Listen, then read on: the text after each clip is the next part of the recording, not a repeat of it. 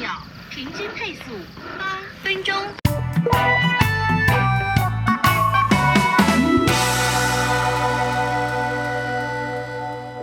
Hello, ni hao, xin chào, and whatever else your greeting of choice may be from Yên Tử, Quảng Ninh, Vietnam.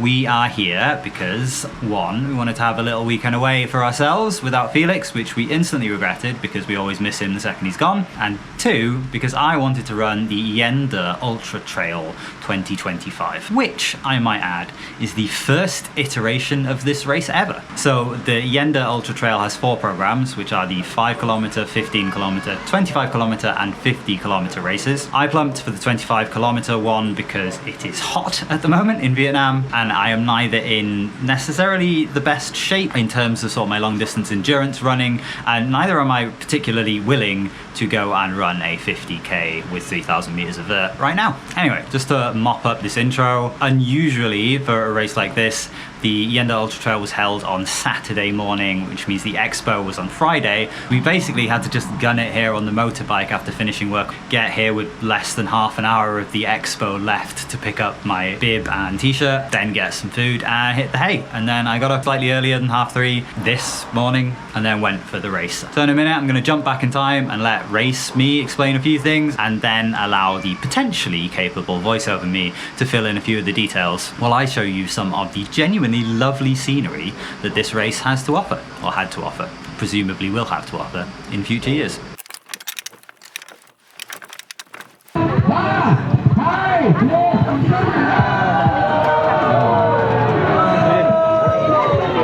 And we're off. I think I'm going to wait until the sun comes up before I give any more detail, rather than just trying to take a video as I jump in and out of these streetlights. One thing I will say before we get too far underway though, is I think this is very much sort of a road trail hybrid, and the first 7k should be reasonably flat and pretty much all along this road.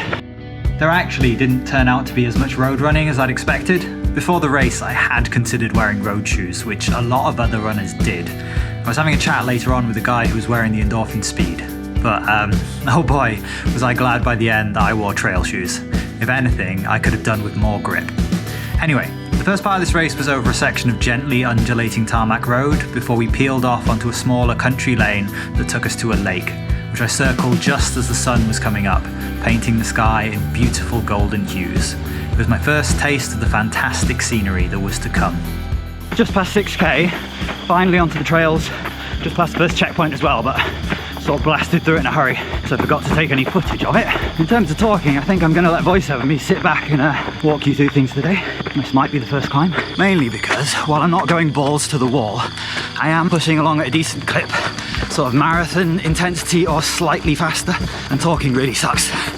I guess I should interject again just to say I was running with 2 new pieces of kit for this race. A pair of soft flasks that I bought to make it easier to stock up on water at the checkpoints, and a pair of running poles to help me take some load off my legs during the climbs, and to give me some added support for some of the sketchier downhill moments. So let's see how that one worked out. Okay, so my pole broke the first time I used it. I was going to say this is a new piece of kit for this race. I am livid. And I've got to figure out a way not to drop it so that I can hopefully try and claim a refund. Literally stuck it in the ground like 3 times and then bang, the top connector snapped. I guess I may as well say this now because I'm not sure I'll have a fitting place to throw it in later, but the surviving pole was incredibly helpful. Still raging about that pole breaking, but hey, at least one of them is still intact. Right, that was the first climb, which I think was about 100, maybe 150 meters, and now we're on to the second climb, which is the big one. The scary part of this race, whoops. This one is about 500 meters, I think. And a quick look at the elevation map and did some very basic rough maths. I think the average gradient should be anywhere from about 15 to 20 odd %, which is sort of beyond running range, really. So the next, I don't know, 20, 30, 40 minutes, however long it takes. I can't really gauge these things, I don't do enough climbing. It's gonna be like a 2 or 3 kilometer slog uphill. Knackered already. Now's probably as good a time as any to go over the race details. According to the GPX route map, the course was 25.8 kilometers long with a total ascent of 1,007 meters and descent of 894. Of that, there were 2 significant climbs. The first one, which I thought I'd completed for some reason, was about 150 meters, while the second was a few meters short of 500.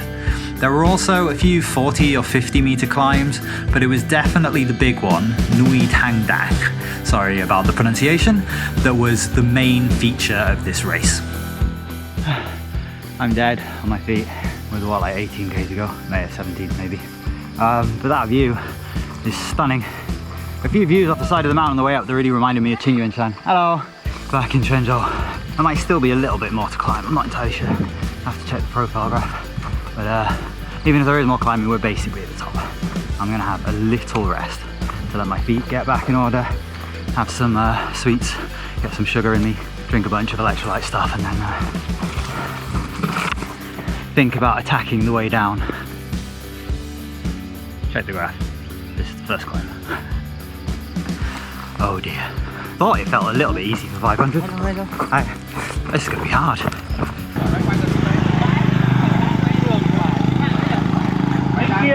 Alright, I think this time it's the bottom of the second climb. Got a bad feeling about this.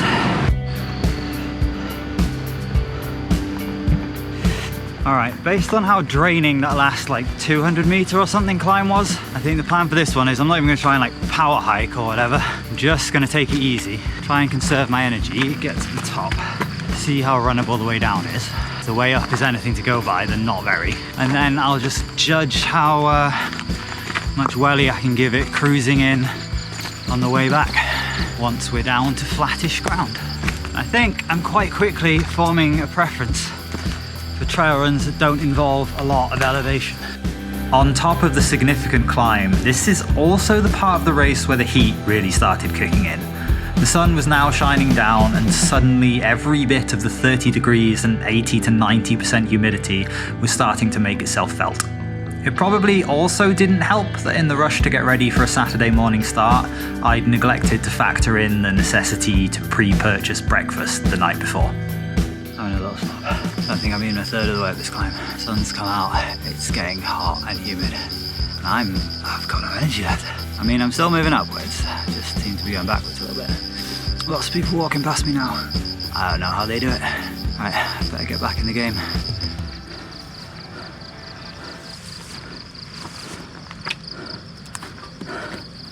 Fucking hell, this has got steep. I know, this path's kind of dodgy. Ooh. Case in point. That up there is the summit. I think it's about 50 meters vertical from here, and then we'll be done. I'll have a sit down, drink what's left of my water, although I am sort of running out. Could be in trouble on that front. And hello. Ni hao. Ni hao. And then knock down some sweets. Met a fellow Chinese speaker. Been practicing my rusty Chinese a little bit. It's not that rusty, I speak it to my wife. Although I'm sure we both pick up each other's bad habits.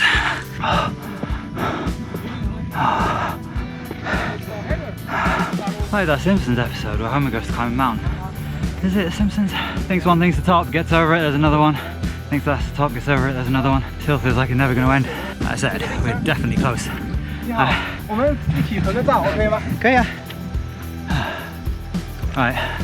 we're at the top, taking a break. Drinking the rest of my water, though I haven't got a lot left, so not so pro tip. Always take way more water than you think you're going to need, because you don't want to find yourself at the top of a 500 meter mountain in 30 degree heat and humidity, feeling dehydrated as fuck. This is downhill from here, and there should be a checkpoint at the bottom. You would think 3 hours ain't happening. We're looking at something closer to 4. I'll be damned if these views aren't spectacular. The views really were spectacular, and I can see myself coming back here for runs and hikes whenever I get the chance.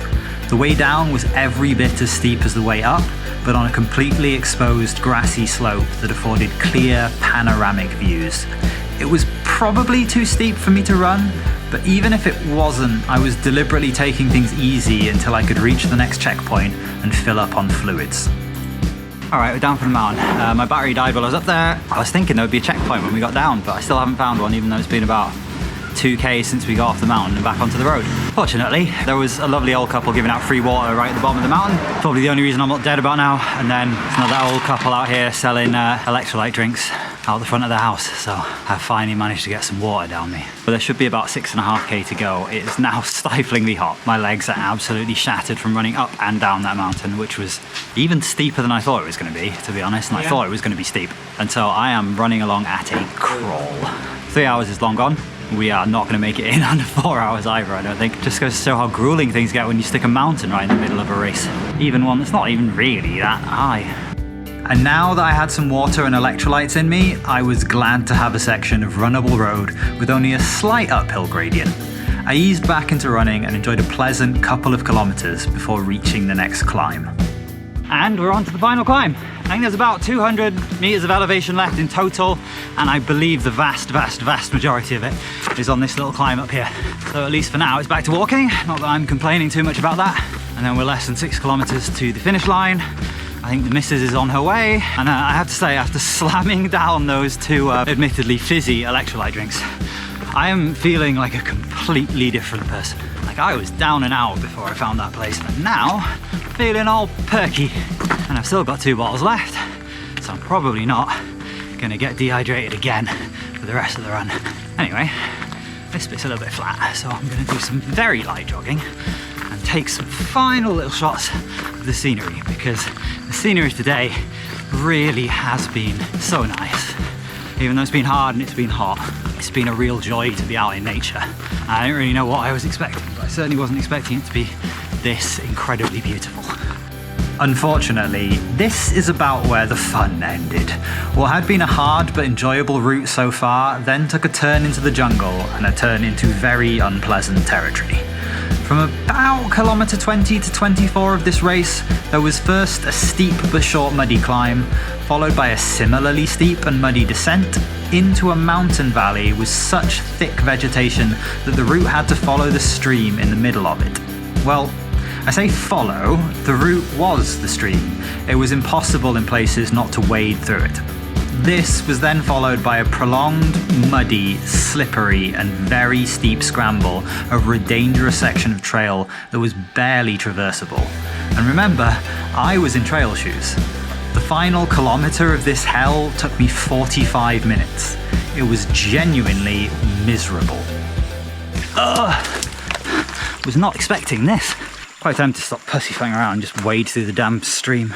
So the path forces you to walk through this water, and there are leeches in this water. I've just had to scrape 2 of them off my shoe, and now I'm worried that there's more. And yeah, I'm not very happy about this situation, quite frankly.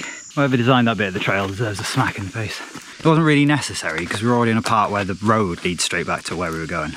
And I understand, you know, go in the jungle, ford a few streams, but that was just 2 kilometers of wading in leech infested water, followed by the most dangerous climb I've seen on a trail race. Like, that just wasn't fun. That was just dangerous for the sake of being dangerous. And it had been a really good route up until now. And now I don't know where I'm going. This way, there's not even a path. There isn't even a path. Then, after that was finally over, there was a couple more kilometers of road and wide, friendly trail before we reached Yenda village and the finish line. This is also where our hotel was, which is fortunate because I was cooked. I mustered enough strength to jog slowly up the final street and then made a beeline to the nearest shop to get something to drink.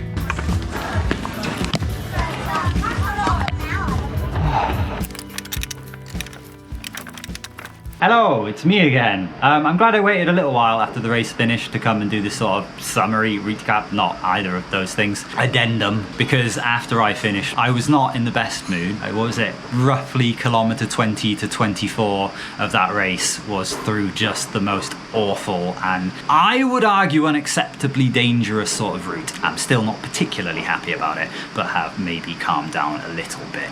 I've had some coffee, that always helps. Yeah, overall I really enjoyed the race. Apart from that sort of 4 kilometers, probably an hour or so slog, trying to scrape leeches off my shoes so they wouldn't bite me. Successfully, I did not actually get any leeches on my skin. So other than that, it was actually a really good race. I'm not a huge fan of sticking massive mountains in the middle of trail races. I have discovered that. I just want to run, quite frankly, and that was too steep and too much hiking. But the scenery was amazing. So, you know, swings and roundabouts. In case I haven't already said how long it took me just under 6 hours to finish, but I will say that the first place runner, I guess you could call them the winner, took 3 hours and 7 minutes. So a little over half the amount of time it took me to finish, admittedly. But I think that goes to show that it wasn't a particularly fast course, which leaves me to move on to the last thing that I'd usually do in these videos, which is would I come here and race again? And as much as the scenery was beautiful, as much as I enjoyed the vast majority of the route, the answer is no. It's a really easy no, because despite the fact that I'm no longer absolutely fuming, I'm still not particularly happy about that route.